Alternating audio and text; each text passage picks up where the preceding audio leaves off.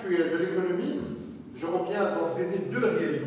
D'abord, qui dit économie, automatiquement, c'est l'ensemble des activités. L'ensemble des activités économiques, regroupées, si vous voulez, dans ce terme. Et puis, le deuxième point le plus important, on parle de la science économique. C'est-à-dire, on va tout simplement modéliser l'économie, on va parler tout simplement de, si vous voulez, de modèles économiques. C'est la démarche suivie par l'ensemble des économistes pour juger la sensibilité de l'économie. Et donc, lorsqu'on parle d'activité économique, ça nous renvoie automatiquement à son activité, un ensemble d'activités ou bien actes ou activités économiques. Il s'agit en particulier consommation, acte consommation, acte production, acte échange, acte épargne et investissement. J'attire votre attention. Au niveau de semestre 1, vous allez étudier les deux actes, deux activités, consommation, production, à travers une approche, à travers une méthode de la microéconomie. C'est un cours à part. Et là, vous allez apprendre, bien sûr, à faire le but, c'est-à-dire à se familiariser avec une technique économique établie essentiellement par des auteurs néoclassiques ou bien marginalistes. Vous allez voir ça dans le cours. Et puis, après, en deuxième semestre, vous allez étudier quelques notions de base sur l'épargne et l'investissement et l'échange. Ça va être approfondi au niveau de S3, à partir de S3, S4, S5 et 6. Donc, là, on a dit que la conception actuelle, si vous voulez, de l'économie, c'est deux réalités, donc activité et science.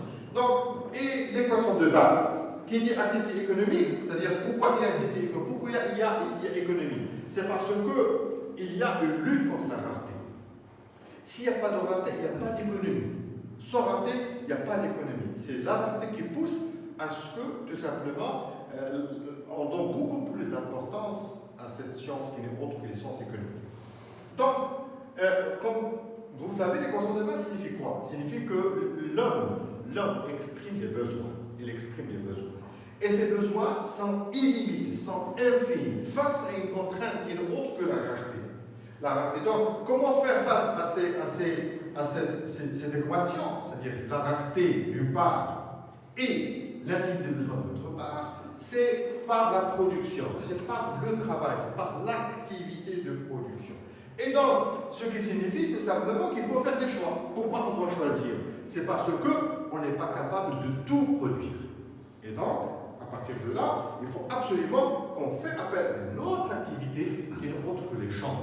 Ça veut dire quoi l'échange? Ça veut dire que je vais produire et je serai incapable de tout produire, et donc, je vais faire appel à d'autres pays, à d'autres lieux qui vont tout simplement satisfaire des besoins dont je suis incapable de produire. Donc c'est là où intervient l'activité d'échange, du fait qu'on va satisfaire notre besoin, vu que nous avons fait un choix. Le Maroc il a fait un choix depuis son indépendance pour l'agriculture, pour les petites industries, et donc il est obligé, tout simplement, il est toujours obligé de satisfaire des demandes, par exemple en technologie, par d'autres pays qui ont pris de l'avancée, soit les pays européens, asiatiques ou américains, c'est-à-dire je parle de la Corée du Sud, par exemple, je parle de l'Allemagne, je parle de l'Italie, mais ce choix de production concernant l'économie marocaine qui a focalisé une grande partie de sa production au niveau de l'agriculture, aujourd'hui, donc on va